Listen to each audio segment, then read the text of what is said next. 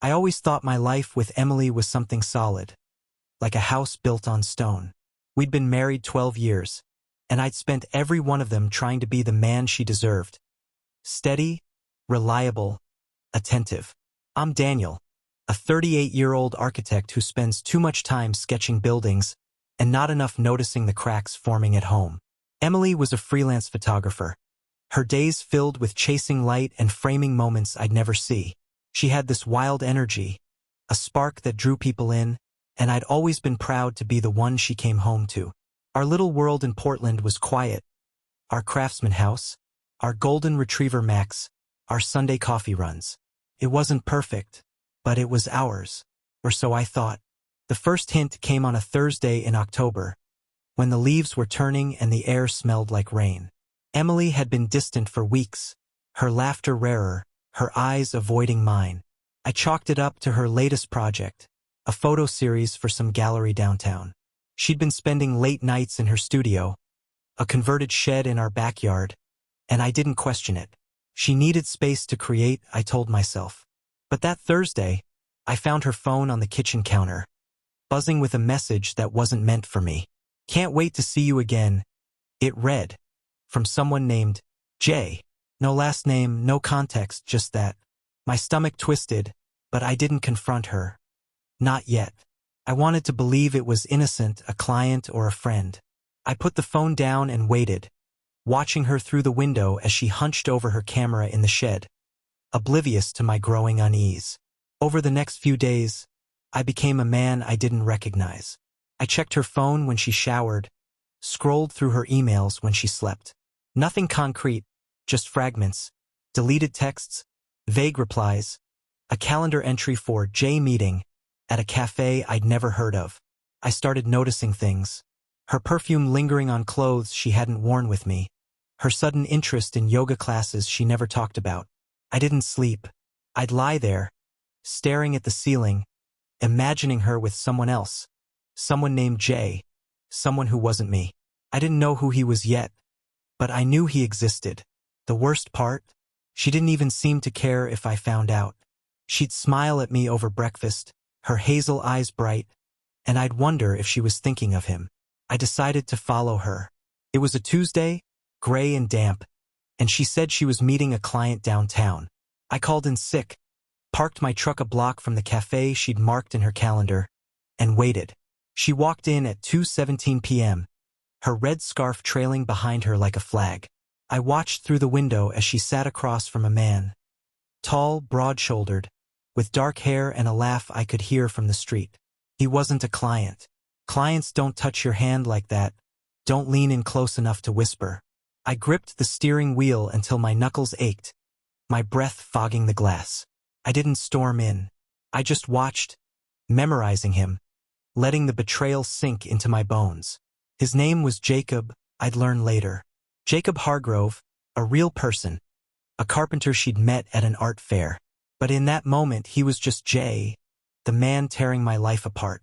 I didn't confront Emily that day. I drove home, my hands trembling, and sat in the garage for an hour, staring at the wall. Max nudged my knee, whining, but I couldn't move. My mind replayed every second of that cafe scene. Her smile, his hand on hers, the way she tilted her head like she used to do with me. I'd built my world around her, and now it was crumbling, piece by piece.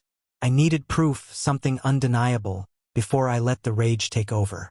So I waited, planned, became a shadow in my own house. I stopped asking where she was going, stopped commenting on her late nights. She didn't notice.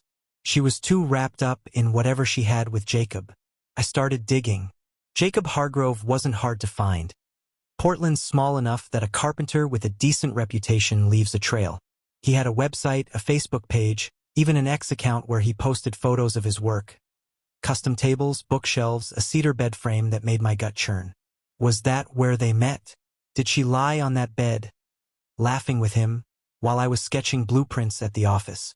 His posts were mundane, wood shavings, coffee cups, a dog that looked like Max, but I studied them like evidence. Then I found it. A photo from 3 months ago, a candid shot of him at an art fair, holding a carved bowl. In the background, blurry but unmistakable, was Emily, her camera raised, her scarf red against the gray day. That was the start. I knew it. I cross-referenced her schedule. The art fair was in July, a weekend she'd said she was shooting a wedding. No wedding photos ever surfaced, but now I understood why. She'd met him there, and I'd been too busy to notice. I kept digging, found his address in a public records search.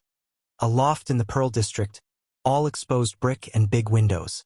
I drove by one night, parked across the street, and watched the lights flicker on. I didn't see her, but I imagined her there, her boots by his door, her laughter echoing off his walls. I gripped the wheel again, my nails digging into my palms. I wasn't ready to act, not yet. I needed more. Back home, I installed a tracking app on her phone while she slept. It was easy, her password was still our anniversary, a detail that stung more than it should have. The app showed her movements.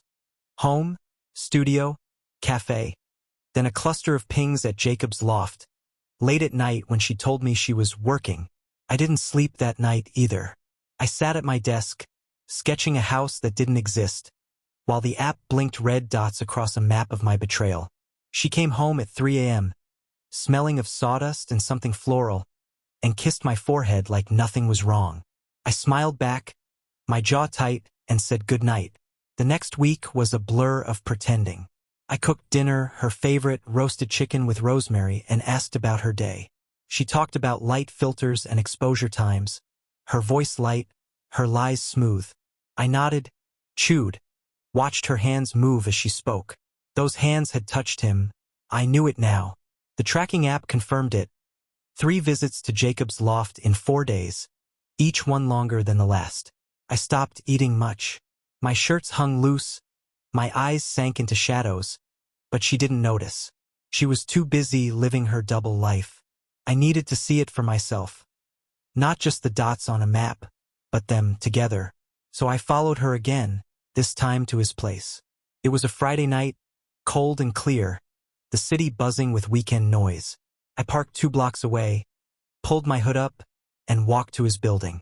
The windows were wide open, no curtains like he wanted the world to see. And there they were, Emily and Jacob on his couch, a bottle of wine between them. She laughed, her head thrown back, and he leaned in, his hand on her knee. I stood in the alley, hidden by a dumpster, my breath shallow. I didn't blink. I watched her stand, stretch, then disappear with him into another room, the lights dimming behind them. I don't know how long I stood there, minutes, hours maybe. My legs ached, my chest burned, but I couldn't move. When she finally left at midnight, I followed her home, tailing her car through the empty streets. She hummed as she unlocked our door, oblivious to me pulling in behind her. "Good night," I asked, my voice steady. "Great," she said, smiling. The shoot went late. I nodded, poured myself a whiskey, and started planning. Revenge wasn't a word I used yet, but it was growing inside me, sharp and cold. That weekend I met Jacob, not as her husband but as a client. I called his business line, used a fake name, Mark Ellis, and booked a consultation for a custom dining table. He sounded friendly, eager, his voice deep and warm. We set it for Monday at his workshop, a warehouse near the river. I hung up and stared at the phone, my pulse racing. I didn't know what I'd do when I saw him, but I knew I needed to. I needed to stand in his space, look him in the eye, feel the weight of what he'd taken from me. Emily spent that Sunday in her studio, editing photos she wouldn't show me. I spent it sharpening my resolve. Monday came fast. I told Emily I had a site visit, kissed her cheek, and left. She barely looked up from her coffee. I drove to Jacob's workshop, a cavernous space filled with sawdust and the hum of machinery. He greeted me at the door, tall, broad, with a handshake that crushed my fingers. "Mark, right?" he said, grinning. I nodded, my throat tight. Up close, he was real in a way the photos hadn't captured.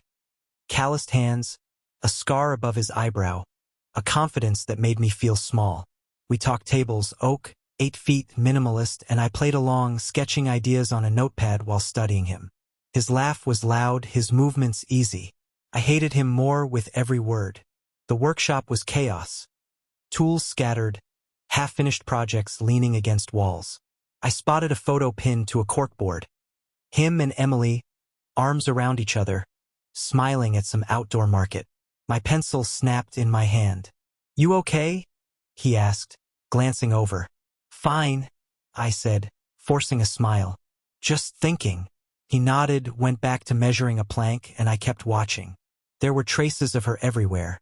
Her scarf draped over a chair, a coffee mug with her lipstick on the rim. This wasn't just a fling. This was a life they were building piece by piece, behind my back. I left after an hour, my fake order placed, my head spinning. He'd promised a quote by Wednesday, and I'd promised to follow up. Driving home, I felt the shift. Anger hardening into something darker, something precise.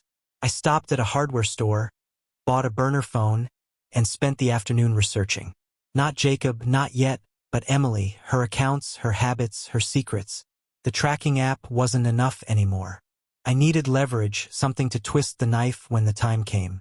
I found it in her cloud storage, a folder she hadn't locked. Photos of them, dozens of them, taken over months. Selfies in bed, dinners by candlelight, a trip to the coast I'd never heard about.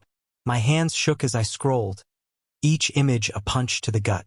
That night, Emily came home late again, her hair messy, her cheeks flushed. "Long day," she said, dropping her bag by the door.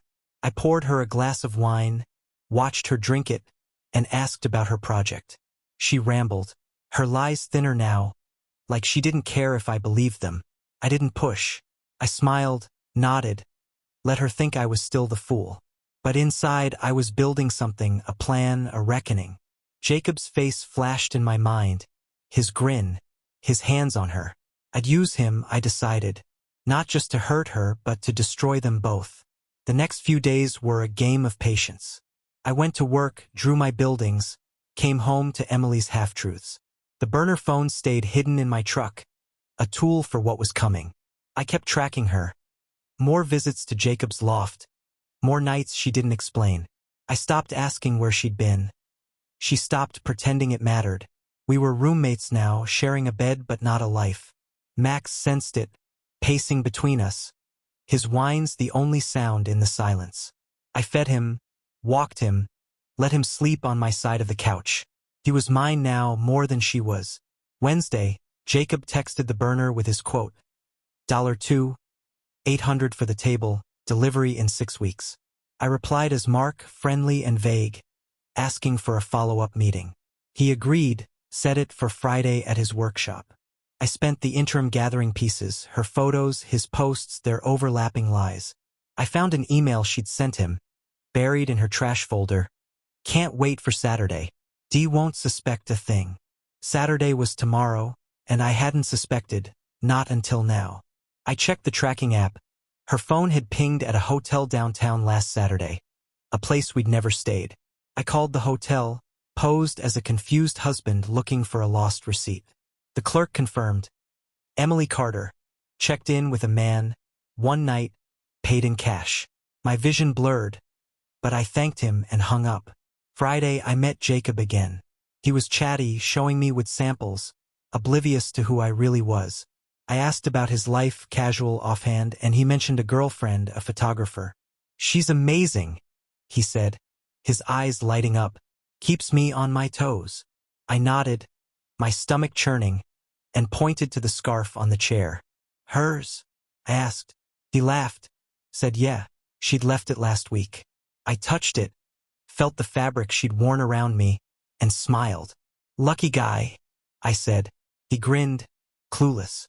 That night, I laid the groundwork. Emily said she was meeting a friend Saturday, another lie, and I said I'd be working late. She kissed my cheek, her lips cold, and left.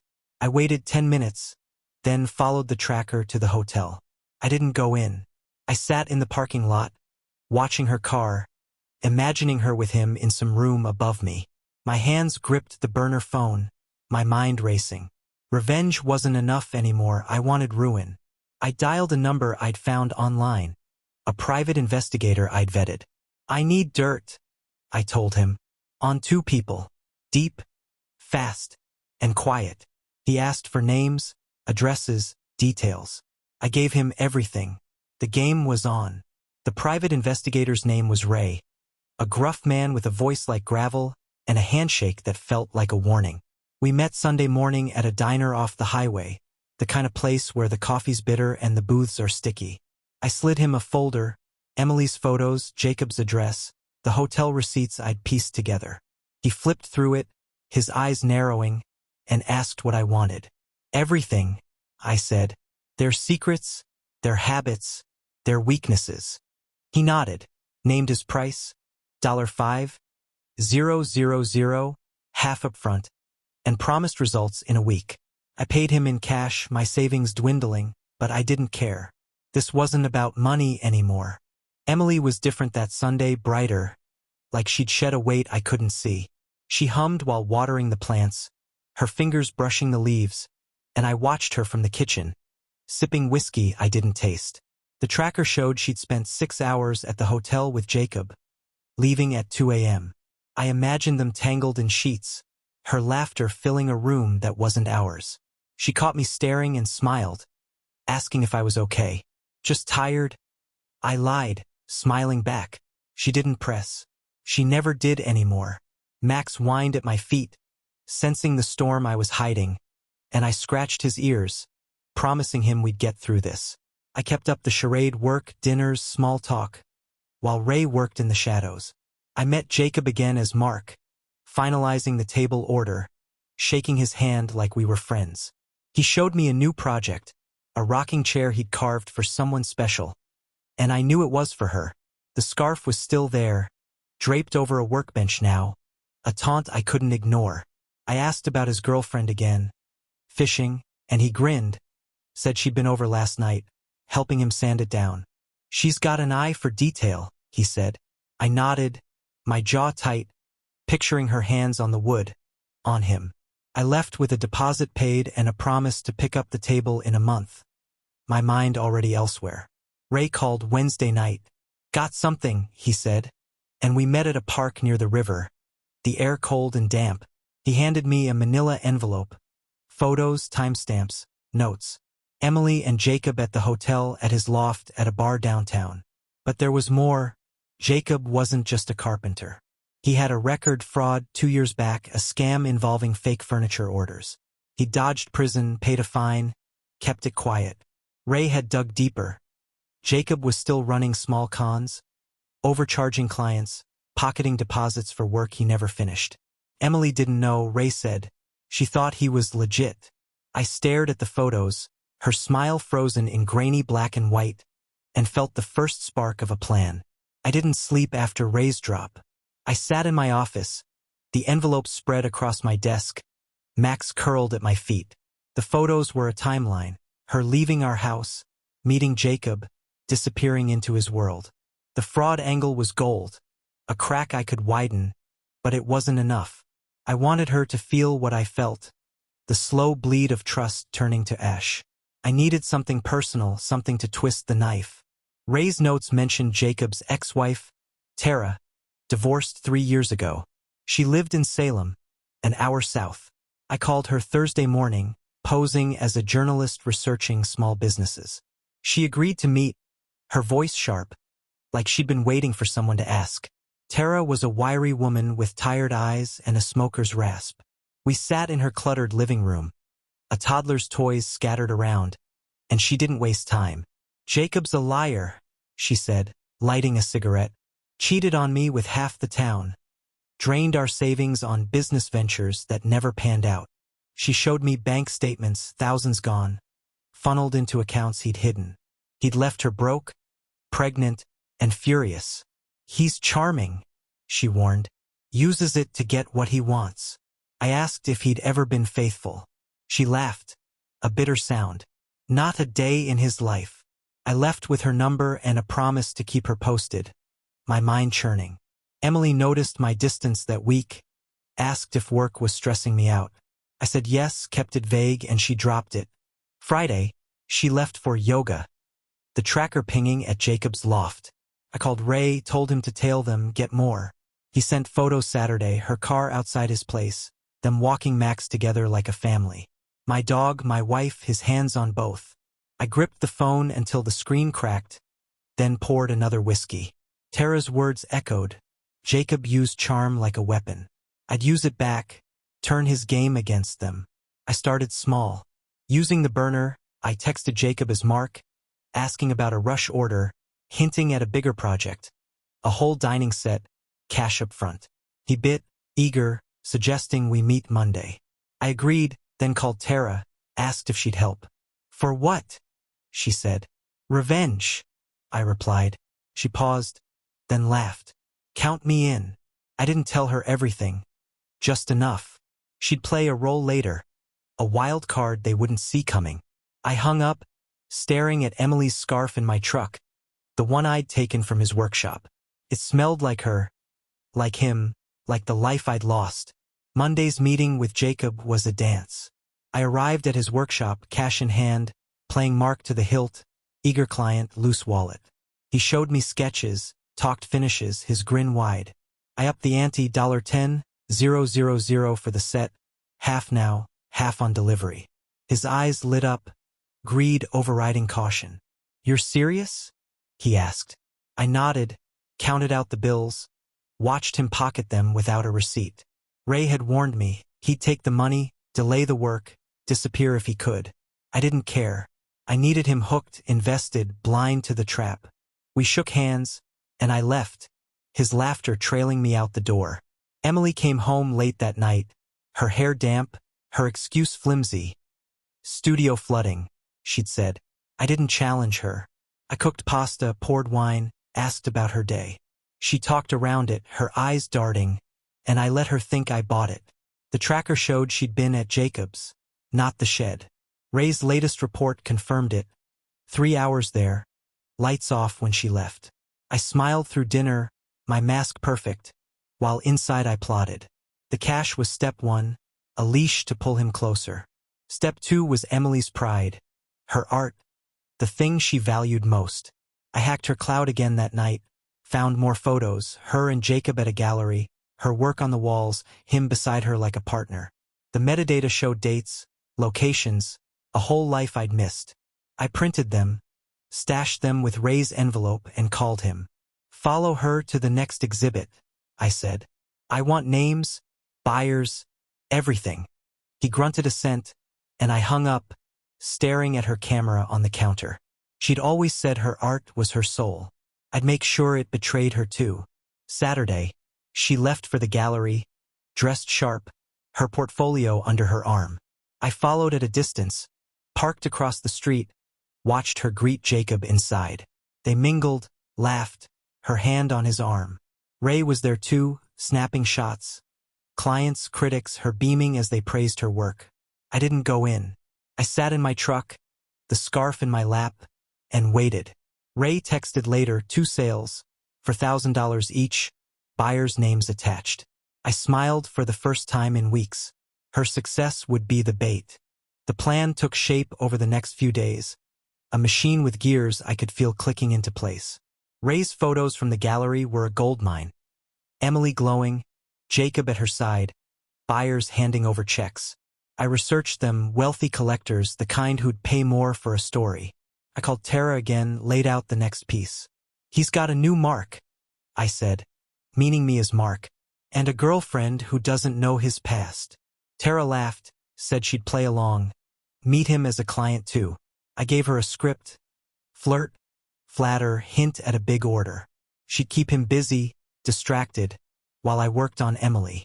I used the burner to text Jacob, pushing the dining set timeline, asking for progress pics. He sent blurry shots with stacked, no cuts made, promising a start soon. I knew he wouldn't deliver. Ray's intel proved he'd already spent my deposit, receipts showing bar tabs and a new jacket. I didn't care. I texted back, enthusiastic, promised the rest of the cash soon. He replied with a thumbs up, oblivious. Meanwhile, Emily prepped for another shoot, her mood light, her lies lazy. Client meeting, she said Thursday, grabbing her keys. The tracker showed Jacob's loft. I nodded, waved her off, and called Ray. Friday, Tara met Jacob. She called me after, cackling. He ate it up. she said. Wants me to come by next week. Talk a custom bed frame. She'd flirted hard. She said. Watched him preen. Promised $6,000 up front. I thanked her, hung up, and checked Ray's latest drop. More hotel shots. A receipt from a jewelry store. $800 on a necklace. For her, I knew. My chest tightened, but I pushed it down. I drove to the gallery that night, posed as a buyer, asked about Emily's work. The owner gushed. Talented, rising star, next show in 2 weeks. I smiled, left, and added it to the plan. Saturday, I broke into her studio while she was out. The lock was flimsy, the space hers alone. I found negatives, prints, a notebook, sketches of Jacob, dates matching their trips. I took photos, left everything as it was, and locked up. Back home, I pored over it all, the pieces aligning. Her art, his greed, their trust. I'd turn it all against them. The necklace was the final spark. I'd seen it that morning, glinting at her throat, a gift she didn't explain. I smiled at her across the table, my rage cold now, precise. The necklace stayed on her all weekend, a taunt she didn't know I'd deciphered. Sunday, she wore it to brunch with friends. The tracker pinging Jacob's loft again. I stayed home, walked Max, let the plan simmer. Ray called. Jacob had met Tara again, taken her deposit, promised a bed frame by month's end. He's juggling, Ray said. Your order, hers, no work done. I nodded, unsurprised. Tara texted too. Jacob had bragged about his photographer girlfriend, said she was his muse. I gripped the phone, thanked her, and turned to Emily's cloud again. New photos, her in the necklace, him kissing her cheek, a beach they'd never told me about. I printed them, added them to the stack. Monday, I escalated. I called the gallery as an anonymous tipster, hinted at plagiarism in Emily's work, similarities to a lesser-known artist, frames I'd found online. They brushed it off, but I knew it had plant doubt. I emailed her buyer's next burner account, same story. Her photos weren't original, check the dates. I didn't care if it stuck. I just needed whispers. Ray tailed her to Jacob's that night, caught them arguing. Her waving her arms, him pacing. Good. Cracks were forming. Tuesday, I met Jacob as Mark, dropped off another $2,000, asked about the set. He stammered, showed me the same uncut wood, said he'd been busy. I smiled, clapped his shoulder, said I trusted him. He relaxed, oblivious. Tara called later. He'd hit on her, suggested drinks, promised her bed frame soon. He's slipping, she said. I agreed, told her to string him along. That night, Emily came home quiet, her eyes red. Rough day? I asked. She nodded, didn't elaborate. I poured her wine, watched her drink, and waited. Wednesday, Ray delivered the final blow. Jacob owed back taxes, $15,000, liens on his workshop. He'd hidden it from Emily, from everyone. I stared at the documents, the revenge sharpening. I'd expose him, ruin her, make them turn on each other. The gallery show was Friday, her big night, his arm candy moment. I'd be there, not as Daniel, but as the architect of their fall. I smiled at Max, scratched his ears, and started the endgame. Thursday was quiet, the calm before the storm I'd built. Emily spent the day in her studio, prepping for the gallery show, her mood brittle. She barely spoke, her fingers fidgeting with the necklace. Jacob's gift, a chain I'd snap soon enough. I played my part, supportive husband, asking about her prints, offering to help. She brushed me off, said she had it handled, and I smiled, letting her think I was still blind. The tracker showed no visits to Jacob's loft, a rare break, but Ray's photos filled the gap. Him meeting Tara, her leaning close, his grin wide. The web was tightening. I met Ray that afternoon at the park, the river sluggish and gray behind us. He handed me a USB drive, audio from Jacob's workshop, recorded by a bug Tara had planted. I listened in my truck, Max panting beside me. Jacob's voice crackled through, bragging to Tara about Emily, calling her his ticket up, hinting he'd dump her once her art paid off. She's clueless, he laughed. Thinks I'm all in. My hands clenched the wheel, but I kept listening. Tara played her role, cooing, asking about his debts. He dodged, said he'd handle it, his charm slipping. I saved the file, a weapon for tomorrow. That night, I finalized the pieces. I called the gallery again, burner phone, upped the plagiarism claim. Specific photos, dates, a blog link I'd faked with Ray's help. The owner sounded rattled now, promised to check. I emailed her buyers again. Attached blurry comparisons sowed more doubt. Then I texted Jacob as Mark, said I'd heard rumors about his work, needed the dining set ASAP or I'd pull the deal. He replied fast. Apologies, promises, a photo of half-cut wood. Lies. I didn't respond. Tara texted too. Jacob had invited her to the show, wanted to impress her with Emily's crowd. Perfect. I scratched Max's ears, poured a whiskey, and waited for Friday. Emily left early Friday, her dress sharp, her portfolio heavy. Wish me luck, she said, kissing my cheek.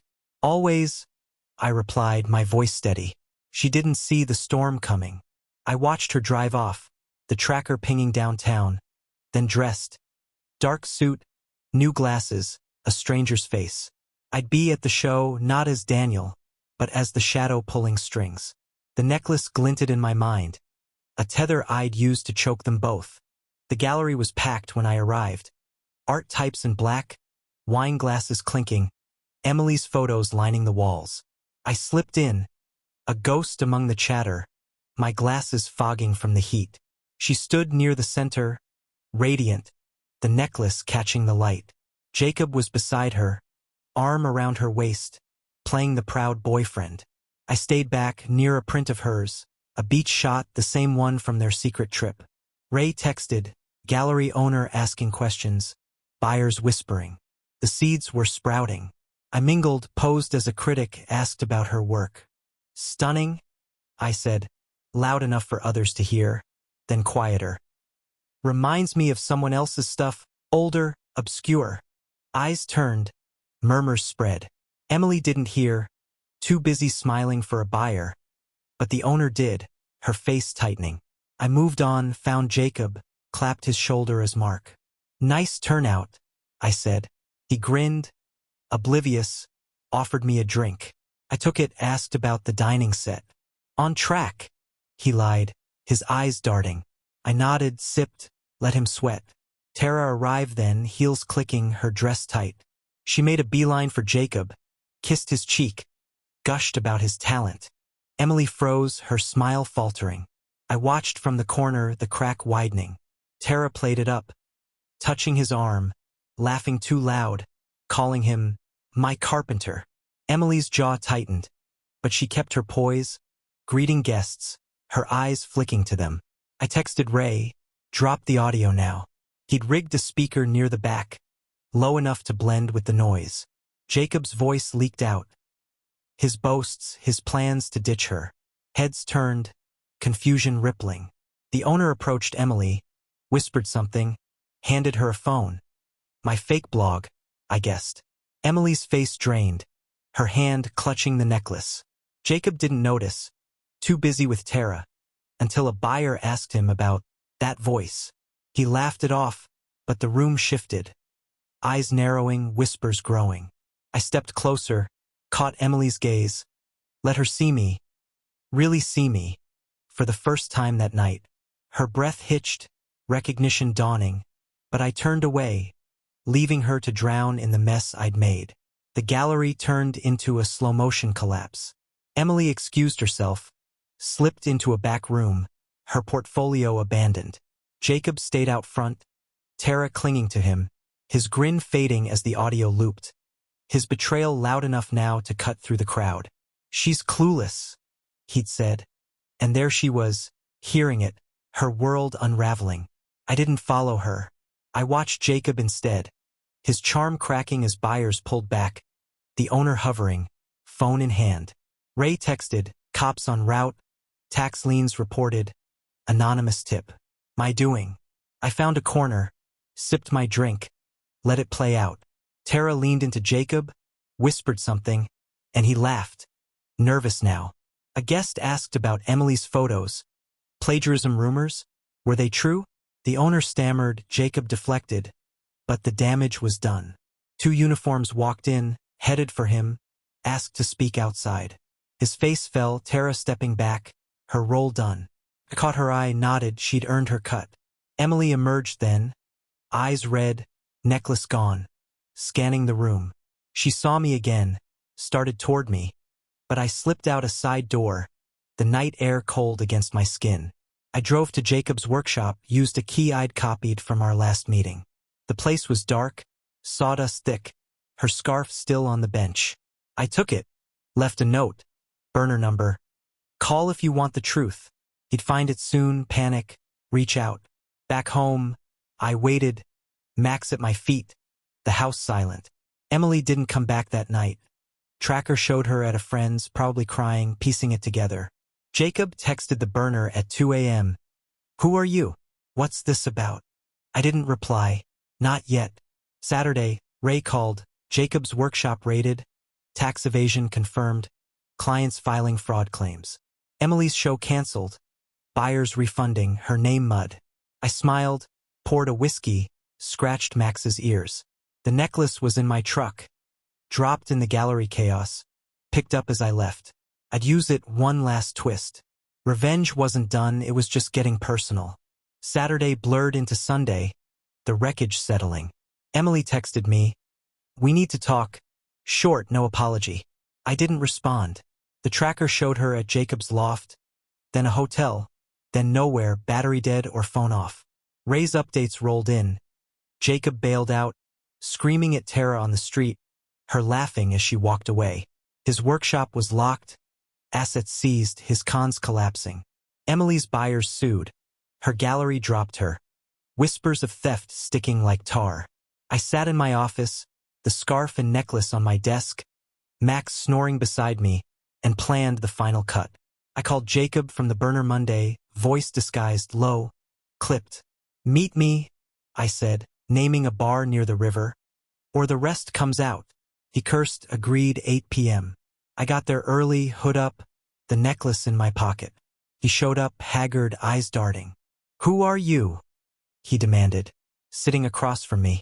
I slid him a photo, him and Emily, the beach, her wearing the necklace. "Her husband," I said, dropping the act. His face went slack, hands shaking. "Your mark," he stammered. I nodded, leaned in. "And you're done." I laid it out, his fraud, her ruin, the audio he couldn't deny. "She thinks you used her," I said. "Tara too. Everyone does." He sputtered, blamed her, said she'd pushed him into it. I laughed, cold, and slid the necklace across the table. "Give her this," I said. "Tell her it's over. Or I send the rest. Your debts, your lies. To every contact she's got." He stared at it, the chain glinting, and nodded, defeated. I left him there, a shell, the bar's noise swallowing his curses. Tuesday, I mailed Emily the scarf, wrapped in her own photo paper, no note. The tracker pinged again, her at the loft, then gone. Ray saw them fight, her throwing the necklace at him, him yelling back. I smiled, imagining her rage, his panic. I turned them into mirrors, each seeing the other's betrayal, neither trusting again. My house stayed empty, Max my only company, the silence of victory. Weeks passed, the dust settling into something permanent. Emily moved out. Boxes gone one morning, no goodbye, just a key on the counter. The tracker stopped after the hotel, her phone disconnected. Ray heard she'd left Portland, crashed with a cousin in Seattle, her art career ashes. Jacob's workshop sold at auction, his name blacklisted, last seen hauling lumber for a crew upstate. Pennies, no charm left. Tara called once, thanked me, said she'd framed her cut of his deposit. I laughed, hung up, and let it fade. I kept the necklace, hung it on Max's collar, a trophy, a reminder. The house felt bigger, quieter, but mine again. I sketched new buildings, took Max on long walks, drank whiskey alone.